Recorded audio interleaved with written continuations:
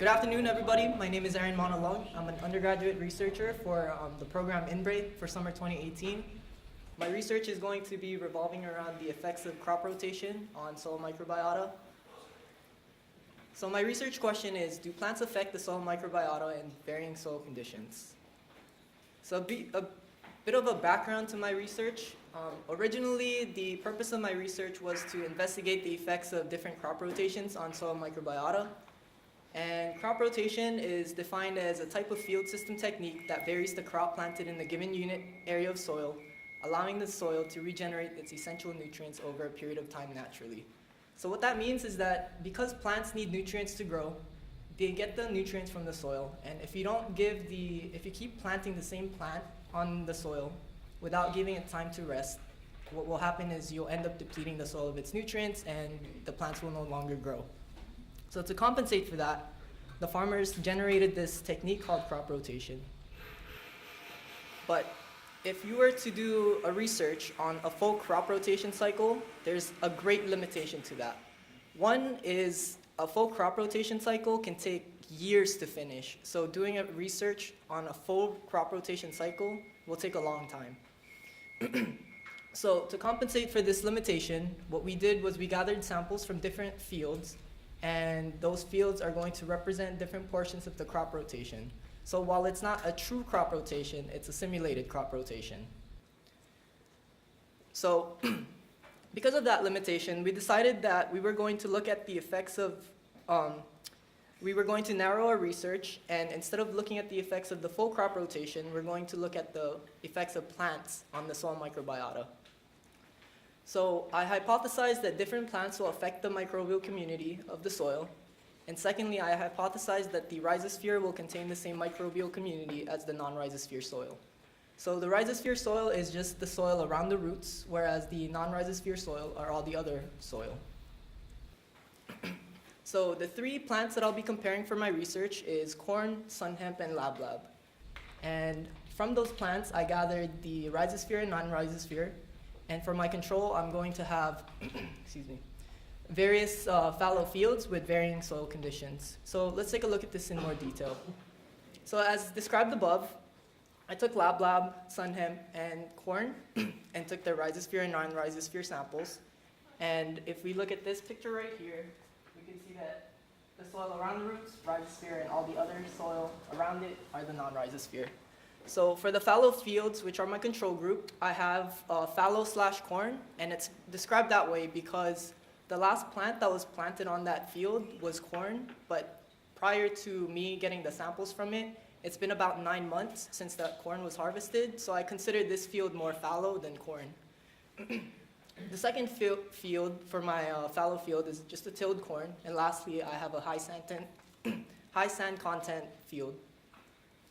So for my materials and methods, my target gene is the 16S gene, and the 16S gene is present in all bacteria. It encodes for the small subunit of bacterial ribosomes, and it's used for bacterial identification and phylogeny. The reason we use the 16S gene is because the mutation rates for this portion of the DNA is very, very slow, so it remains relatively the same.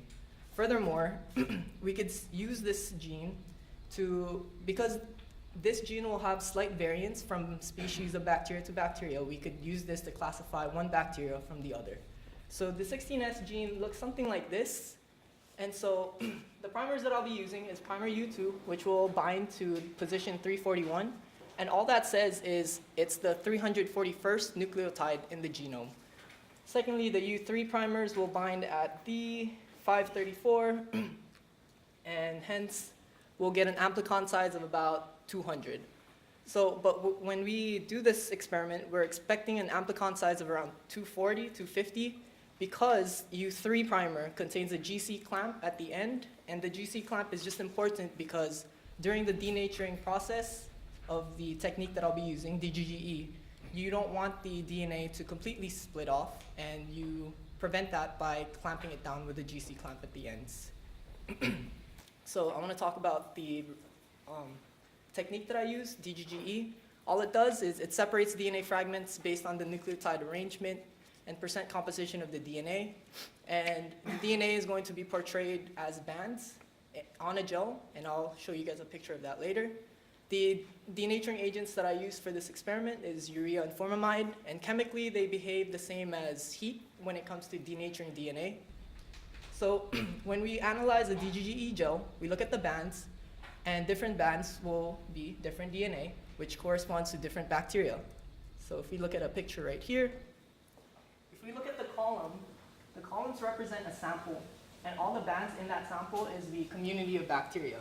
So if we take a look at this band and compare it to this band, we can say that these are the same band, same DNA, same bacteria. But if I compare this band to this band, different, so different bacteria. But my research doesn't involve just looking at a single band. Rather, I'm looking at the community profile, so I'm more interested in the band patterns. So here are my results for my DGGE. As we could see from this gel, it's very hard to tell whether or not a banding pattern is similar or not, but I'd like to point out that samples 2 and 3 here comes from the same plant, sun hemp. The only difference is sample 2 comes from the rhizosphere, whereas sample 3 comes from the non-rhizosphere. But here we can clearly see that they share the same bands and the same banding patterns. So when we input this DGGE gel into a program, GelJ, what it's going to do is it's going to create a dendrogram. And a dendrogram is just going to group the samples based on relative, it's a likeness.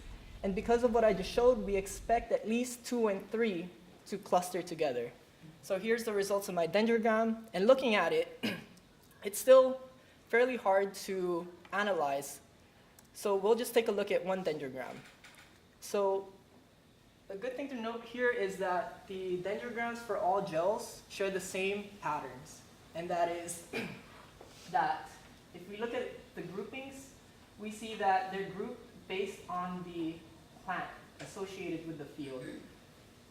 And we see that the rhizosphere and non-rhizosphere are closely grouped together, which means that there isn't really a difference in the microbial content between the rhizosphere and non-rhizosphere soil.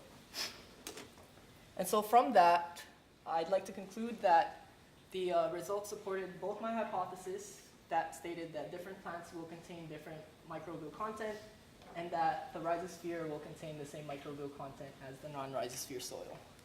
So I'd like to take this chance to thank the Pioneer Farms for providing me the samples that I needed to do my research, and Monsanto Farms for showing me around, and also INBRE for funding the research, and of course Leeward Community College for its staff with guiding me with this project. And I'd like to open up the floors to any questions.